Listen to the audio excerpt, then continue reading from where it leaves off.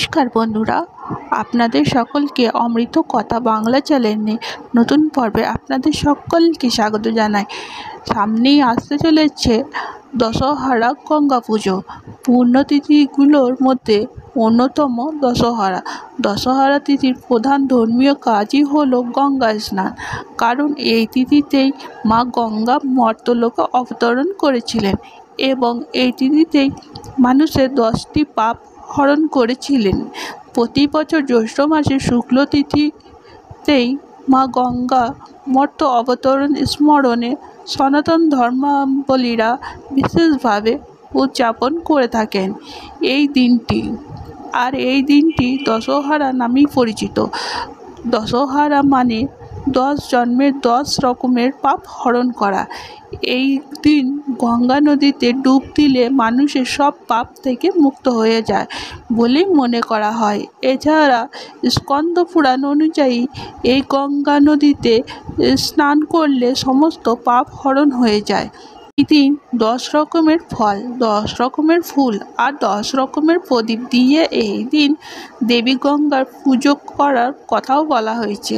দেবী গঙ্গার গতির প্রভাব যাতে পৃথিবী ধ্বংস না হয়ে যায়, সেই জন্য দেবাদিদেব মহাদেব গঙ্গা দেবীকে তার উপরে জটায় ধারণ করেছিলেন এবং ধীরে ধীরে মর্ত্যলোকে প্রবাহিত করেছিলেন।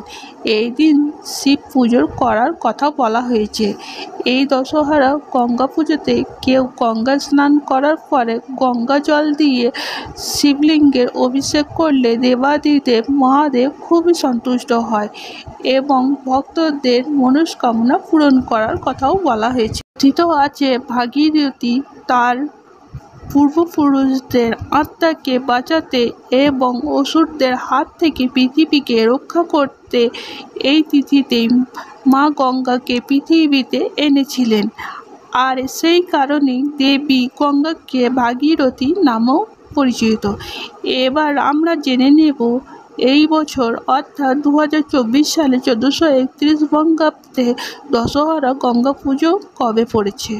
এই বছর দশহরা গঙ্গা পুজো পড়েছে বাংলার 1লা আষাঢ়, ইংরেজি 16ই জুন রবিবার। দশহরা তিথি শুরু হবে আগের দিন অর্থাৎ বাংলা 23শে জ্যৈষ্ঠ, ইংরেজি 15ই জুন শনিবার রাতের 1টা 12 পর থেকে তিথিটি থাকবে বাংলার 1লা আষাঢ়, ইংরেজি 16ই জুন রবিবার পর্যন্ত রাত্রি 3টে 5 পর্যন্ত। এই দিন গঙ্গা স্নানের শুভ সময় থাকবে বাংলার 1লা আষাঢ়, ইংরেজি 16ই জুন রবিবার সকাল 7টা 8 থেকে সকাল 10টা 37 পর্যন্ত গঙ্গা স্নানের শুভ সময় রয়েছে। এই দিন গঙ্গা স্নান করা অত্যন্ত শুভ বলে মনে করা হয়। আপনারা প্রত্যেকেই চেষ্টা করবেন এই দিন গঙ্গা নদীতে স্নান করা। যদি বাড়ির পাশে কোনো গঙ্গা নদী না থাকে তাহলে বাড়ির পাশে যে নদী বা পুকুর থাকবে সেই জলে আপনারা স্নান করবেন, আর স্নান করার সময় অবশ্যই গঙ্গা মন্ত্র বলবেন এবং উচ্চারণ করবেন। স্নান করার পর আপনারা আপনাদের সাধ্যমতো বা সামর্থ্য মতো অনুযায়ী দান করবেন। এই দিন অন্ন, বস্ত্র, টাকা পয়সা দান করাকেও শুভ বলে মনে করা হয়। দশহরা গঙ্গা পুজোর দিন নদীতে ডুব দিলে আমাদের 10 জন্মের 10 রকমের পাপ থেকে মুক্ত হতে পারি। প্রথমে রয়েছে দেহগত পাপ। এই দেহগত পাপের মধ্যে 3 রকমের পাপ।